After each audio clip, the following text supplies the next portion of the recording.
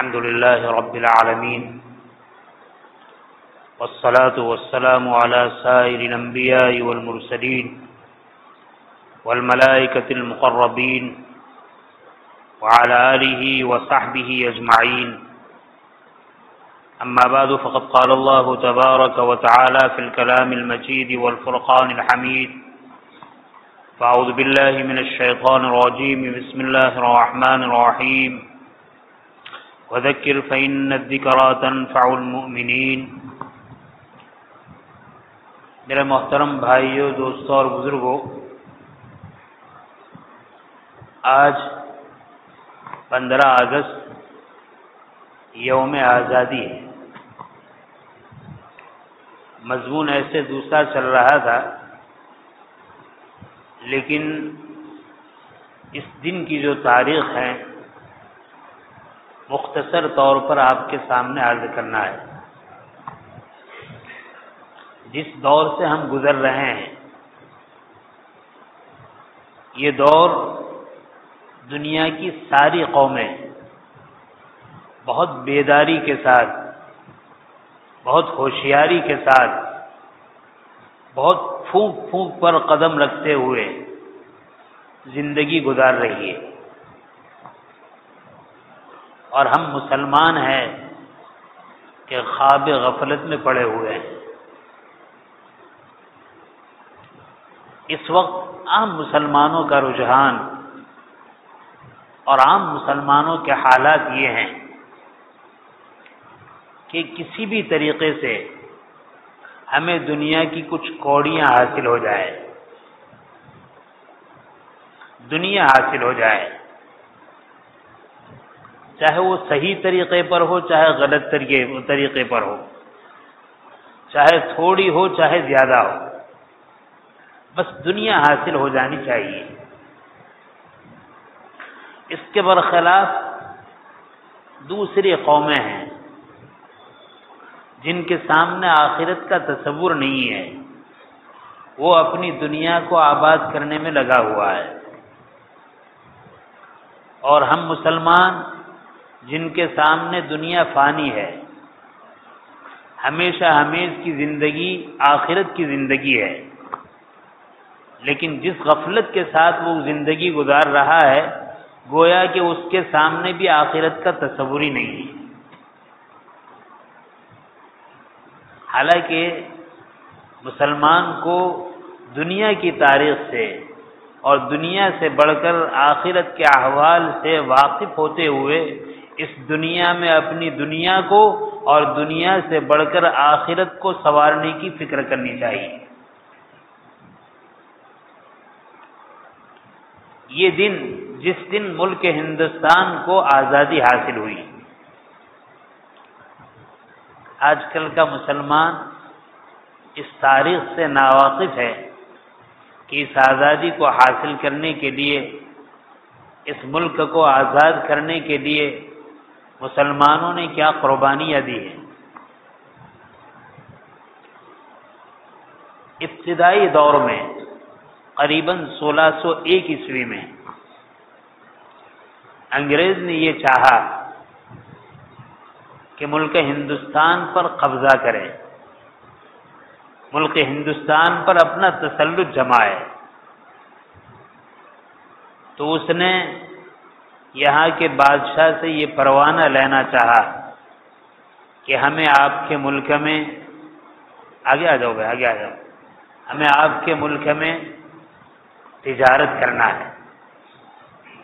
آپ کے ملک کی تجارت کو فروغ دینا ہے۔ جہانگیر کا دور تھا، جب اس کے سامنے یہ درخواست پیش کی گئی کہ ہمیں ملک ہندوستان میں تجارت کرنا ہے، تو جہانگیر نے ملک کے مفاد کے خاطر کئی سال کے بعد ان کو پروانہ دیا کہ آپ اس ملک میں تجارت کر سکتے ہیں۔ چنانچہ تجارت کے بہانے انگریز اس ملک میں آیا، کلکتہ میں اور اسی طرح ہندوستان کے دوسرے شہروں میں اس نے تجارت شروع کی۔ یہاں تک کہ بڑھتے ہوئے سورج تک بھی آ گیا وہ۔ اس طریقے سے جب تجارت کی منڈی پر اس نے تسلط پا لیا، قبضہ کر لیا، تو اس کے بعد اصل جو اس کا ٹارگیٹ تھا، اصل جو اس کا نشانہ تھا کہ ملک کے اندر اپنے قبضے کو جمانا، چنانچہ اس نے اندرونی طور پر یہ سازشیں شروع کی، اور سب سے بڑا رول یہ ادا کیا کہ مسلمان کے ذہنی حکمرانوں کو اور نوابوں کو آپس میں لڑایا، اور لڑانے کے بعد کئی جگہوں پر اس نے اپنا اقتدار حاصل کر لیا، قائم کر لیا، لیکن ابھی تک مرکز میں بادشاہ کی حکومت تھی، بہادر شاہ ظفر کا دور تھا۔ جب اس نے اچھی طریقے سے بہت سارے شہروں پر اور علاقوں پر تجارت کے بہانے اپنا تسلط قائم کر لیا، پھر اس نے بغاوت شروع کی، اور بغاوت کرتے ہوئے بہت سارے علاقوں پر اپنی حکومت جما دی، یہاں تک کہ 1857 میں، بلکہ اس سے پہلے سراج الدولہ کے ساتھ اس کا مقابلہ ہوا، کچھ اپنے ہی غداروں کی وجہ سے سراج الدولہ کو ہار کھانی پڑی۔ پھر اس کے بعد ٹیپو سلطان سے مقابلہ ہوا، وہاں بھی میر جعفر اور میر صادق کی غداریوں سے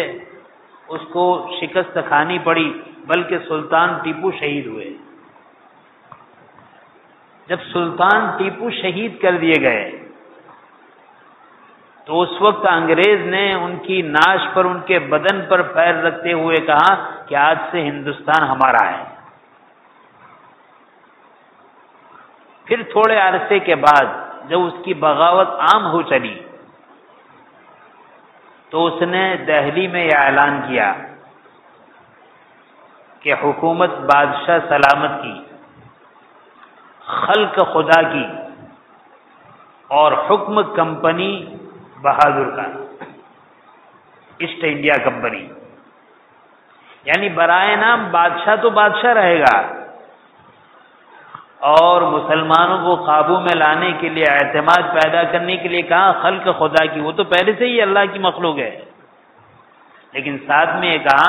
حکمرانی بہادر کی، حکمرانی ہماری کمپنی کی، یعنی ہمارا تسلط۔ جب اس اعلان کو سنا تو دہلی ہی میں اس وقت کے سارے علماء کے سرتاج امام المحدثین شاہ عبدالعزیز محدث دہلوی رحمۃ اللہ علیہ نے فتویٰ دیا کہ آج سے یہ ہندوستان دارالحرب ہو چکا ہے، غلامی کے پنجے میں جا چکا ہے، اب اس کو غلامی سے آزادی دلانا ہر باشندے کا فرض ہے۔ جب یہ فتویٰ دیا تو اس فتوے کے بعد انگریز ان کا دشمن بن گیا، ان کو سازش کے ذریعے سے زہر کھلایا گیا، بدن میں حرارت اور گرمی پیدا ہو گئی، بدن پر سفید داغ ظاہر ہو گئے، اور کچھ ہی عرصے میں ان کا انتقال ہو گیا۔ لیکن جیسے ہی انہوں نے فتویٰ دیا، اپنے بھتیجے حضرت شاہ اسماعیل شہید رحمۃ اللہ علیہ اور اپنے مرید باصفا حضرت سید احمد شہید رحمۃ اللہ علیہ، ان دونوں کو اس جنگ آزادی کے لیے تیار کیا۔ حالانکہ پہلے لڑائی ہو چکی تھی، جب جنگ آزادی کے لیے ان کو تیار کیا، انہوں نے باقاعدہ فوج تیار کی، اور بالاکوٹ کے میدان میں انگریزوں کے ساتھ، سکھوں کے ساتھ مقابلہ ہوا۔ جب یہ مقابلہ ہوا تو اس مقابلے میں اپنوں ہی کی غداری کی وجہ سے حضرت شاہ اسماعیل شہید اور سید احمد شہید رحمۃ اللہ علیہ شہید ہوئے۔ ادھر یہ ہوا کہ اس سے پہلے بہادر شاہ ظفر کو قید کر دیا گیا اور قید کر کے ان کو برما رنگون پہنچا دیا گیا اور رنگون کے قید خانے میں ان کو قید کر دیا گیا۔ چند دن گزرے، چند دن گزرنے کے بعد ایک مرتبہ انگریز وائسرائے نے ان کے ناشتے کی دعوت دی اور مجبور کیا کہ ناشتے کے لیے حاضر ہو۔ جب بہادر شاہ ظفر اپنی کوٹھڑی سے اور اپنے قید خانے سے ناشتے کے لیے جس کمرے میں آئے، دسترخوان بچھا ہوا ہے، پلیٹیں رکھی ہوئی ہیں، اس کے اوپر کپڑا ڈالا ہوا ہے۔ جب بہادر شاہ ظفر نے پلیٹ سے کپڑا ہٹایا تو اس برتن میں، اس پلیٹ میں بجائے اس کے کہ کوئی ناشتہ ہو، کوئی بہترین قسم کا کھانا ہو، 4 پلیٹوں میں اپنے نوجوان 4 شہزادوں کے سر موجود تھے۔ آپ یقین مانیے کہ ایک بادشاہ جس کی حکومت پورے ملک پر ہو، غداری کر کے ان کو قید کر دیا جائے، قید کرنے کے بعد ملک سے جلاوطن کر دیا جائے، نکال دیا جائے، اور جب کھانے کے لیے مجبور کیا جائے تو کھانے میں بجائے کھانے پینے کی چیزوں کے ان کے شہزادوں کے سر کو کاٹ کر رکھا جائے۔ لیکن وہ بہادر شاہ ظفر تھے، بڑے نیک صالح انسان تھے۔ جب انہوں نے کپڑے ہٹایا اور اپنے فرزندوں کے، اپنے صاحبزادوں کے سروں کو دیکھا تو بجائے اس کے کہ واویلا کرتے، شکوہ شکایت کرتے، ان کی زبان سے یہ جملہ نکلا جس کا مفہوم یہ ہے کہ تیمور کی اولاد کی سعادت یہی ہے کہ جب وہ اپنے باپ کی خدمت میں جنگ آزادی کے بعد حاضر ہو تو سرخ روئی کے ساتھ حاصل ہو، بزدلی کے ساتھ حاضر نہ ہو۔ اس کے بعد انگریز نے اسی ہندوستان میں ظلم و زیادتی کے بازار کو گرم کیا اور ایسا ظلم کیا کہ تاریخ میں بڑے بڑے ظالم جو گزرے ہیں، ہو سکتا ہے کہ اگر وہ بھی اس تاریخ کو دیکھ لیتے تو شرما جاتے۔ مورخ لکھتے ہیں کہ دہلی سے لے کر خیبر پشتو تک کوئی بھی درخت ایسا نہیں تھا جس درخت پر ایک عالم ربانی کی لاش کو لٹکایا نہ جائے۔ خود انگریز مورخ مسٹر ٹامسن لکھتا ہے کہ میں اپنے خیمے سے باہر آیا، مجھے خیمے کے پیچھے سے بدبو کی آواز آنے لگی۔ جب میں اپنے خیمے کے پیچھے گیا تو میں نے دیکھا ایک بہت بڑا گڑھا کھدا ہوا ہے اور 40 علماء کو بوریوں میں بند کر کے اس میں جلایا جا رہا ہے اور ان کے سامنے 40 علماء کو پیش کیا گیا ہے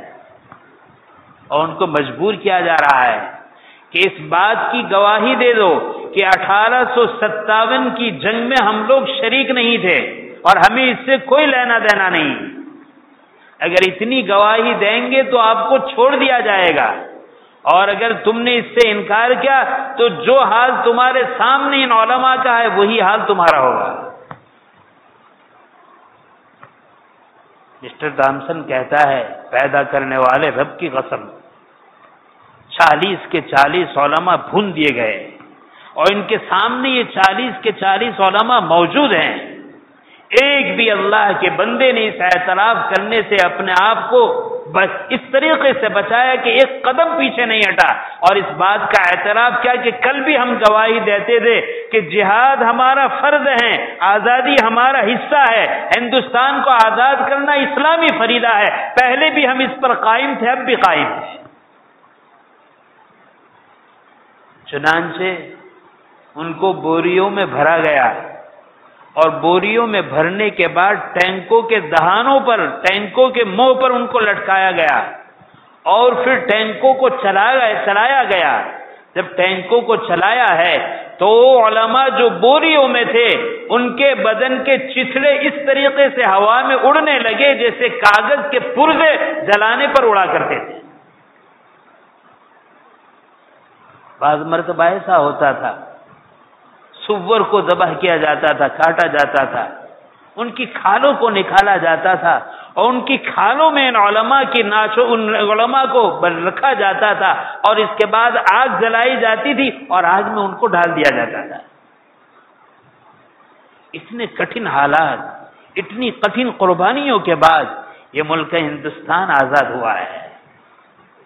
افسوس کی بات ہے ہم مسلمان ہیں، ہمیں کرکٹ کے سارے پروگرام یاد ہیں، کرکٹروں کے احوال یاد ہیں، سنیما کے ایکٹر کے احوال یاد ہیں، سنیما میں رقص کرنے والی ناچنے والی عورتوں کے احوال یاد ہیں۔ اگر ہمیں یاد نہیں ہے تو نبی کریم صلی اللہ علیہ وسلم کی سیرت یاد نہیں ہے، صحابہ کرام کے احوال یاد نہیں ہیں، علماء اور اکابر کے حالات یاد نہیں ہیں، جنگ آزادی میں قربانی دینے والے ان مسلمان اور ان انسان اور ان مجاہدوں کے کارنامے ہمیں یاد نہیں۔ تاریخ یہ بتلاتی ہے کہ 1857 سے لے کر 1947 تک صرف علماء جو اس جنگ میں کام آئے ہیں جن کی تعداد ایک قول کے مطابق 40,000 اور ایک قول کے مطابق 43,000 ہے۔ اور جب سے جنگ آزادی شروع ہوئی اس وقت سے لے کر اختتام تک جتنے مسلمان کام آئے کم سے کم ان کی تعداد 2 لاکھ انسانوں کی ہے۔ اتنی قربانیوں کے بعد یہ ملک ہمیں ملا ہے۔ اس ملک کی حفاظت، اس ملک میں امن و سلامتی کا قائم کرنا، اس ملک کی ترقی کا خیال رکھنا ایک ایک باشندے کا، ایک ایک رہنے والے کا، چاہے وہ مسلمان ہو چاہے غیر مسلم ہو، اس کا اخلاقی فریضہ ہے۔ لیکن جو شاطر اور عیار قوم جس کو انگریز کہا جاتا ہے، پہلے بھی اس نے بہت ساری کوششیں کی کہ کسی طرح ملک ہندوستان جو سونے کی چڑیا ہے، اگر اس کے خزانوں کو برباد کرنا ہے، اس کے املاک کو لوٹنا ہے تو آپس میں ان کو لڑاؤ اور لڑانے کے بعد اپنا الو سیدھا کرو۔ وہی پالیسیاں آج بھی چل رہی ہے اور بعض ذہنیت آپس میں لڑ کر اس کو تباہ و برباد کرنا چاہتی ہے۔ بڑی اچھی مثال دی مفکر اسلام حضرت مولانا علی میاں صاحب ندوی رحمۃ اللہ علیہ نے۔ فرماتے ملک ہندوستان کی مثال ایک باغ کی ہے اور باغ میں مختلف قسم کے پھول ہوتے ہیں اور ہر پھول کی ضرورت ہے اور ہر پھول کی اجتماع سے باغ کی تابانی ہے، باغ کا حسن و جمال اور وقار باقی ہے۔ یہ ملک ہندوستان جمہوری ملک ہے، اس جمہوری ملک میں مختلف مذہب کے لوگ رہتے ہیں اور مختلف مذہب کے لوگ اچھی طریقے سے ساتھ میں رہتے ہیں، لیکن بعض ذہنیت ایسی ہیں جو آپس میں ٹکرا کر، آپس میں لڑا کر، آپس میں فتنہ فساد جاری کر کے اس کے امن کو برباد کرنا چاہتے ہیں تاکہ ملک ٹوٹ جائے، ملک کے باشندے برباد ہو جائے اور پہلے سے دشمن طاقتیں ہیں، وہ دشمن طاقتیں جنہوں نے ماضی میں اس سے غلط فائدہ اٹھایا تھا وہ اس دور میں بھی اس سے غلط فائدہ اٹھائے۔ ہمیں ضرورت اس بات کی ہے کہ ہمارے پاس دو نسبت ہے، ہم اگر ہندوستانی ہیں تو ہم مسلمان بھی ہیں اور ہندوستانی بھی ہیں۔ اللہ نے ہمیں دین عطا فرمایا ہے، اللہ نے ہمیں نبی کریم صلی اللہ علیہ وسلم کی شریعت عطا فرمائی ہے، آپ کے اخلاق عطا فرمائے ہیں، آپ کے کردار عطا فرمائے ہیں، آپ کے خدمت کے جذبات عطا فرمائے ہیں، قوم کو سنوارنے کا طریقہ عطا فرمایا ہے۔ ضرورت ہے ہم مسلمانوں کی کہ وہ سارے اوصاف اپنے اندر پیدا کر کے، وہ ساری نقل و حد کر اپنے اندر لا کر اپنی بے حسی کو، بزدلی کو ختم کر کے، اپنی سستی اور کاہلی کو ختم کر کے دوبارہ اس ملک کو آباد کرنے کا تہیہ کریں۔ اللہ تعالی شانو کئی سنی باتوں پر ہمیں عمل کی توفیق نصیب فرمائے، سنتوں کا اہتمام فرمائے۔ آمین وآخر دعوانا الحمدللہ۔